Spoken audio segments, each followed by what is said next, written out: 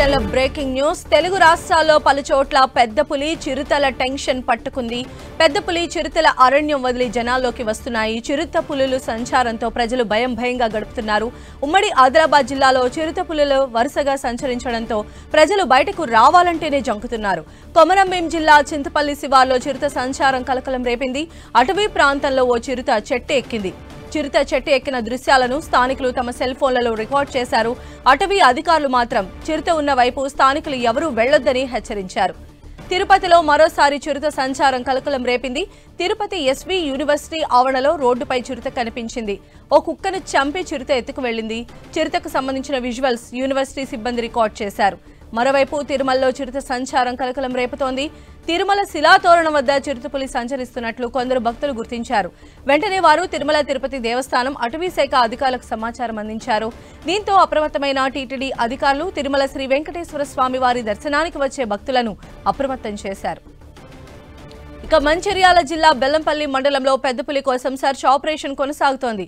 2 రోజులుగా బెల్లంపల్లి, కాశీపేట ప్రాంతాల్లో తిరుగుతున్న పెద్దపులి ఆ ప్రాంతాల్లోని ప్రజలకు కంటి మీద కునుకు లేకుండా చేస్తోంది.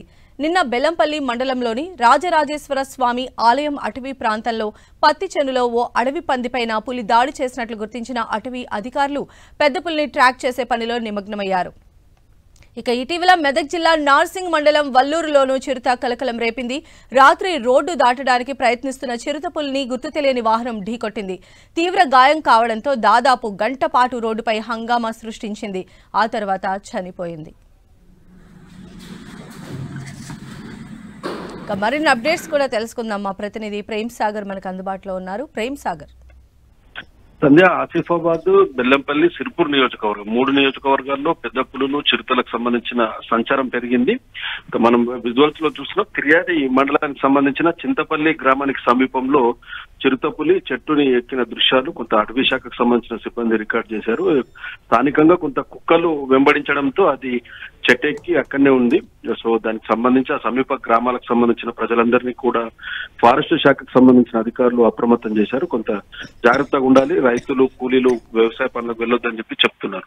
దాంతో పాటు ఇటు బెల్లంపల్లి సంబంధించి బెల్లంపల్లి పట్టణానికి సమీపంలో గత 2 రోజులుగా పెద్దపులి సంచరిస్తుంది. కాశీపేట మండలం, బెల్లంపల్లి ఈ పరిసర ప్రాంతాల్లోనే తిరుగుతుంది. నిన్న బుగ్గ రాజేశ్వర స్వామి ఆలయం దగ్గర ఒక అడవి పందిని హంటింగ్ చేస్తూ ట్రాప్ కెమెరాలో చిక్కింది. అది ఇంకా అదే ప్రాంతంలో ఉంది. దానికి సంబంధించిన పాదముద్రలను కూడా ఈ రోజు ఉదయం అధికారులు గుర్తించారు. రీసెంట్ గా రాబోయే కొన్ని రోజుల్లోనే శివరాత్రి ఉంది. ఆ శివరాత్రి సందర్భంగా ఆలయంలో చాలా రద్దీ ఉంటుంది. ప్రస్తుతానికైతే ఆ రోడ్డును మూసివేశారు.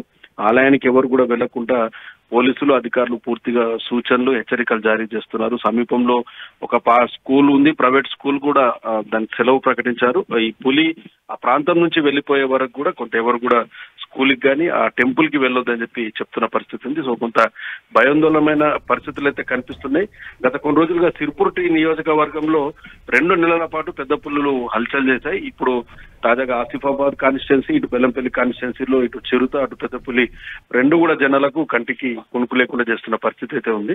సో అధికారులు వాటిని ట్రాక్ చిరుతపులుల సంచారానికి సంబంధించి కానీ లేదా వాటిని ట్రాప్ చేసే విధంగా అధికారులు ఏమైనా చర్యలు తీసుకుంటూ ఉన్నారా? ఎందుకంటే స్థానికులను కూడా ఒకవైపు అలర్ట్ చేస్తూ ఉన్నారు.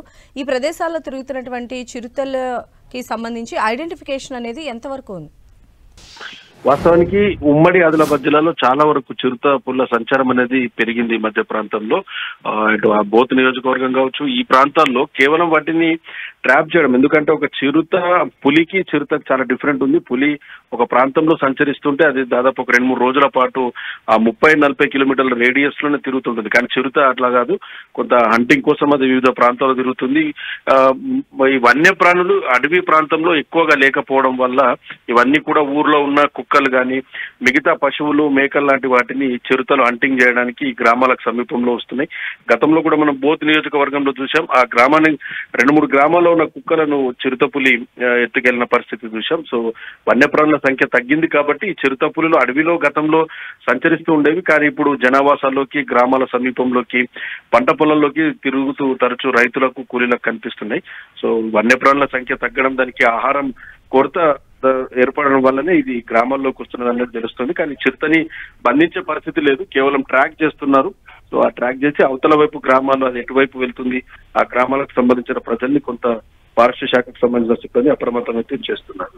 Okay, right Prem Sagar. ఇక మరోవైపు ఏపీలోని తిరుపతి ఎస్వి యూనివర్సిటీ కూడా చిరుత కలకరం సృష్టించింది. మరిన్ని అప్డేట్స్ తెలుసుకుందాం. మా ప్రతినిధి మురళి మనకు అందుబాటులో ఉన్నారు. మురళి, తిరుపతిలోని వేదిక్ యూనివర్సిటీ ఆవరణలో ఈ తెల్లవారుజామున చిరుత ప్రత్యక్షమైంది.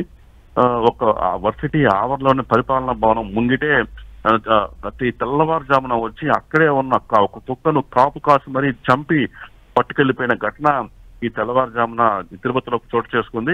నిజానికి ఇక్కడ చిరుత గడిచిన వారం రోజులుగా తరచుగా వచ్చి కనిపిస్తూ ఉంది. అయితే ఇవాళ మాత్రం ఏకంగా వర్సిటీ ఆవరణలో ఉన్న కుక్కను చూసి ఆ కుక్కలపై అటాక్ చేసి దాని నోట కరుచుకొని తీసుకెళ్లిపోయిన ఘటన ఈ తెల్లవారుజామున కనిపించింది. అక్కడే అర్ధరాత్రి విధుల్లో ఉన్న సిబ్బంది తన మొబైల్ ద్వారా ఈ దృశ్యాలు చిత్రీకరించారు. మొత్తంగా ఈ ఘటనతో ఒక్కసారిగా వర్సిటీలోని విద్యార్థులు సిబ్బంది భయాందోళనకు గురవుతున్నారు. ఇక్కడ ఒక బోను ఏర్పాటు చేసి ఈ చిరుతను బంధించి అడవిలో వదిలేయాలని వాళ్ళు డిమాండ్ చేస్తూ ఉన్నారు.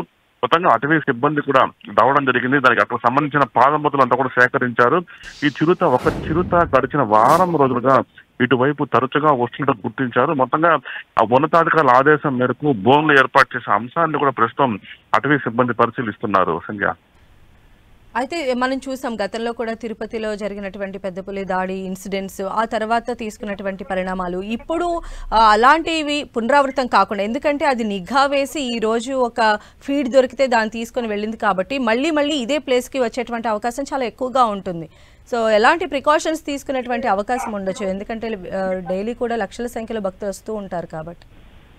ఖచ్చితంగా, అంటే ఇది వేదిక్ వర్సిటీ అనేది తిరుపతి నగరానికి కాస్త దూరంగా శేషాచలం కొండలకి అతి సమీపంగా ఉంటుంది. అంటే అడవి ప్రాంతానికి చాలా దగ్గరగా ఉన్న వర్సిటీ ఇది. ఈ నేపథ్యంలో అడవిలో సంచరించే చిరుతలు దారి తప్పో లేదా ఆహారం కోసము ఈ వర్సిటీలోకి వస్తుంటే ప్రధానంగా వర్సిటీ ఆవరణలో ఇటు చిన్న కుక్క పిల్లలు, అట్లాగే తినుబండారాలు, అంటే స్టూడెంట్స్ వదిలేసిన తినుబండారాల కోసము, ఆహారం కోసము, అట్లాగే కుక్క పిల్లల కోసం తరచుగా వస్తూ ఉంటుంది. అటవీ సిబ్బంది కూడా చెప్తూ ఇటువైపు కుక్కలను ఉంచకుండా చూడండి, అట్లాగే హాస్టల్ నుంచి వచ్చే ఫుడ్ బయటకు వేయవద్దని కూడా చెప్తూ ఉంటారు. ఈ నేపథ్యంలోనే ఆ మేరకు సిబ్బంది కూడా ఇప్పటికీ ఒక అలర్ట్ జారీ చేశారు. అర్ధరాత్రి వేళ రూములు రావద్దని చెప్తారు. ప్రత్యేక బోర్డులు కూడా కొన్ని చోట్ల ఏర్పాటు చేశారు. మొత్తంగా ఈ చిరుత ఇటు వర్సిటీ సిబ్బందికి అటవీ సిబ్బంది కూడా కొంత తలనొప్పిగా మారిన పరిస్థితి ఇక్కడ కనిపిస్తోంది. సంజయ్, రైట్ మురళి.